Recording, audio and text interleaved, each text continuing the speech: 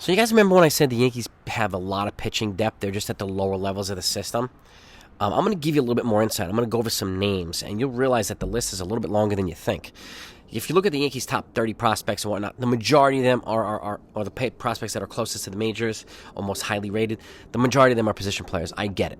So, and that's just the way that they've kind of drafted recently. Now, I'm guessing, or at least if I were them, I'd be drafting heavily this year in the collegiate system for pitchers to try to get some more guys that are closer to AA, AAA, and the majors. But that's just me. But I want to give you some insight into a deep, deep list of position players. Pitchers for the Yankees. I'm going to start the teenagers. You got a guy named Luis Serna, and if you know Eli Fishman, he follows the Yankees prospects a lot. He researches them heavily. He's talking highly about this guy too. He's got about a 91, 92 mile an hour fastball, a lot of off-speed pitches, and he's got a good strikeout repertoire as well. So he's a guy to look out for. And then you have. If I butcher the names, by the way, I apologize. So, Jarson Alejandro is another one, and I'm talking about the teenagers right now. Okay.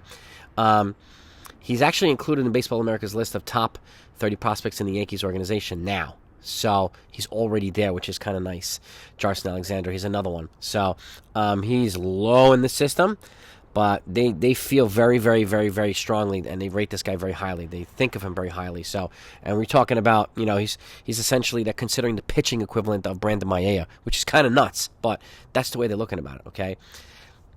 And again, when you have somebody who's talked about like that and you compare it to a high position player, that's that shows that they value this guy pretty highly. Then you have Jordarlin Mendoza, who's 19 years old. Okay, he's in the he's in the lower level of the system again, but he's also seen jumps of improvement over the last year or two. So he's about a 6'1" righty. He's got huge strikeout numbers. Okay, and again, he's got good spin and rotation on the ball. Okay, then you have Carlos Lagrange. I'm gonna have a hard time with some of these names, but he's 6'7", and he's been developed as a starter, and he's a teenage. He's going to be a 20 in May, so he'll no longer be a teenager in a couple of months. Just like Jason Dominguez just turned 22, so he's in the DSL as well. And he's got huge. Well, they're working on his walk, so he's got a little bit of control problem, but he also has huge strikeout numbers. But he regularly hits 100 with his fastball. And again, with an early development, he hasn't developed other out pitches just yet. But when you have a guy that throws 99, 100 on a regular, who's a teenager, somebody to think about. Again, his name is Carlos Lagrange. Then you have Henry Lalane, excuse me. He's another 6'7" pitcher. This guy's from the Dominican Republic, so he's an international prospect. He's a lefty. He also throws big-time numbers as well, up to 98, 99, 100, which is fantastic. And he's going to be moving to the complex league, it looks like. He's an 18-year-old, so he's another one who's got a very exciting repertoire that the Yankees are very excited about. Then we're going to move to Angel Benitez. We're still talking about the teens here, okay? He's 19, okay? Now, he's rehabbing from Tommy John, but he's another beast. 6'7" guy. He's got huge power stuff. Okay, he made his debut in 2022, but now he's going to be recovering from TJ. But and again, he has an above-average fastball. He's got a changeup and a slider too. So he's got a three-pitch weapon, which is kind of nice. So if he can work on his mechanics and stay healthy, he's going to be another guy. They're going to be that could be a dangerous weapon. Then you have Omar Gonzalez. He pitched in the Dominican Summer League this past year. He's 16. Okay, 16. Okay, he pitched in Dominican League, but he's from Panama, so Mariano Rivera's homeland, and he's got a fastball, breaking ball. He's developing a cutter and a splitter as well. It looks like so, and he's also got a big arm and the ability to get a lot of guys out via strikeout. So then you have Luis Serna, who's the last of the list of teenagers. He's only 18 as well. He's a right-handed pitcher. He's from Mexico, okay? But he's composed. Looks like he's a veteran already with multiple years' experience. But he still has, obviously, developing to go as an 18-year-old. But and it looks like they're looking to start him at the low A and then work his way up at 18 years old. So that's kind of a Jason Dominguez trajectory. So that is a pretty good list. Now, talking about some college guys, draft picks. Eric Raiselman, they drafted early. He throws 99 to 100. He's from LSU. He's got a big arm. It looks like they're developing potential another bullpen weapon there. Okay, I would look out for him. Then you have Cam Schlittler. Oh my God, these names.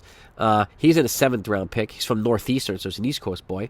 And he's another guy that they're considering, low-key kind of sleeper in the organization as well. He's got big-time stuff, okay? He's got a good repertoire, and he's got also leadership intangibles and maturity intangibles. So he's 22 years old, so he might not be, he's generally a little bit closer to the higher levels of the system. So I would be listening to hear from his name to be potentially a guy to move up quickly through the system. Then you have Chase Hampton. He's 6'2", about 225 pounds. He's got he's developing as a power starter. As a starter, he's got a power repertoire. He's got good control. He was drafted from Texas Tech in the 6th round, okay?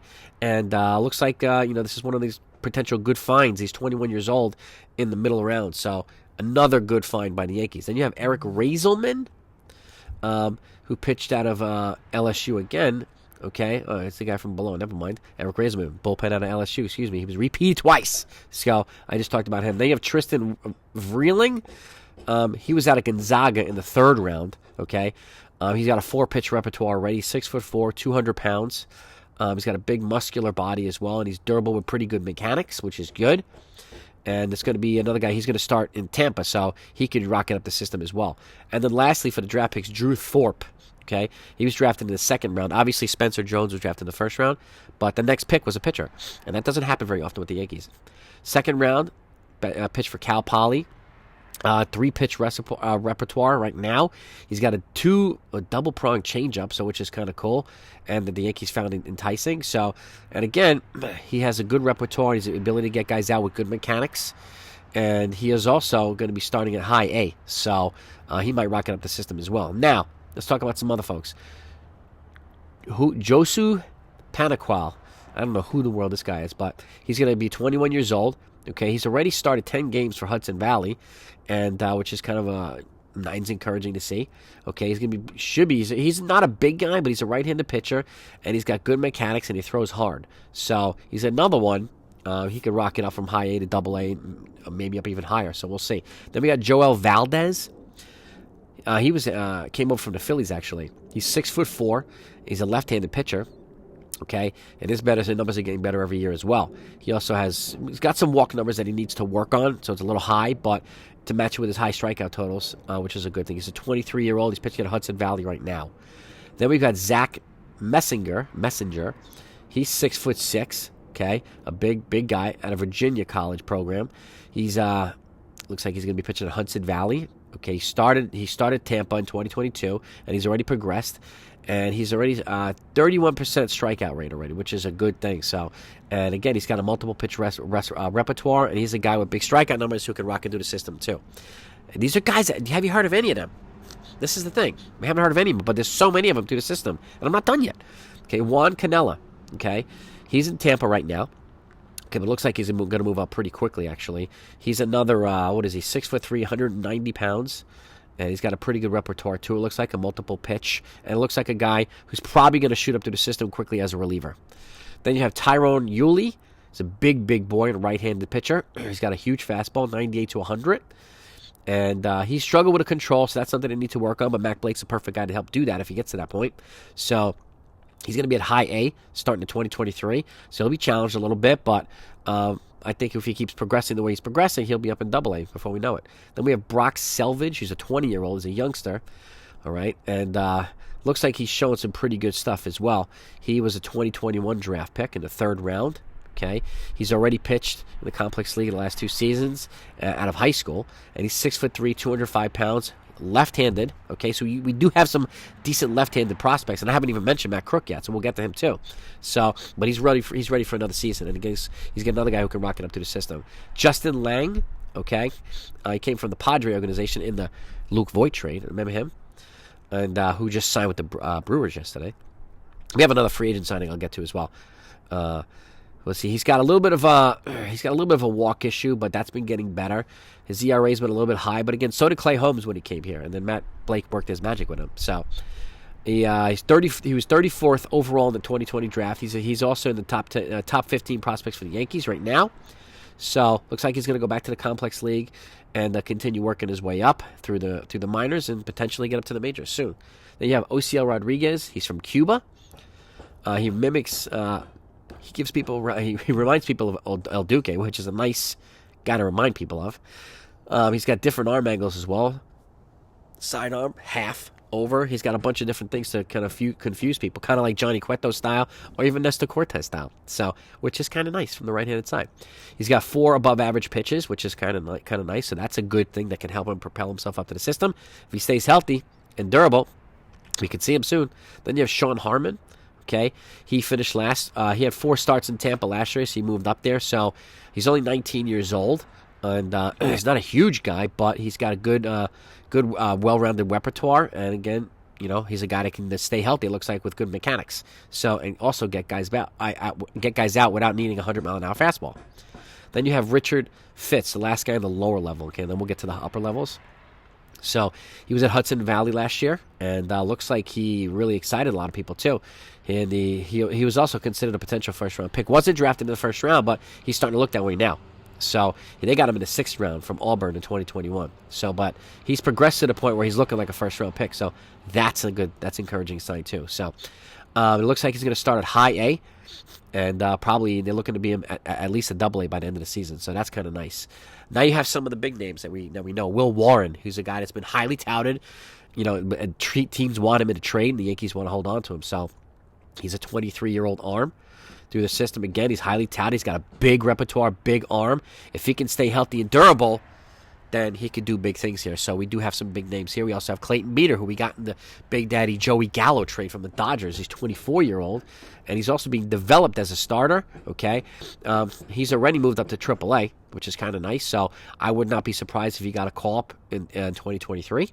Okay, and again, getting a guy like that with that potential, this is a good Cashman trade right here. He makes a lot of bad ones, but this is a good one. Okay, so they just need to see more consistency from him, good mechanics, and again, he can be an absolutely dominant wipeout reliever from the right-handed side. So he's another guy I would be excited about. And then obviously we have Matt Sauer, who he was drafted in 2017 in the 2nd round, but obviously missed time with Tommy John and COVID and everything like that. So his development is a little bit behind now, but he's approaching his age 24 season now, so he's going to be starting in Double-A Somerset, and I would look out for him as well. He's got a big repertoire too, and he's healthy.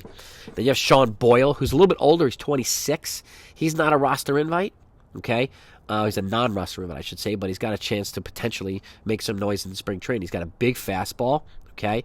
And he's got some good control as well and good mechanics, so that's always good. When you have good mechanics and good control, he's another one. You may not have heard of him, but now you have Yoendris Gomez, another guy who we've heard of as well. He's on the 40-man, and people talk about him in trades as well. So if the Yankees are going to make a trade with a team that wants pitchers, a lot of times they'll ask for Gomez as well as some other guys. So he's one of the more highly touted guys. He's had some injury issues, but he has a big arm. He's a power starter. If he puts it together with his mechanics and stays healthy, he could be a guy that can make the rotation. As another guy, Randy Vasquez, okay? Is another guy. He's going to be in AAA Stanton, okay?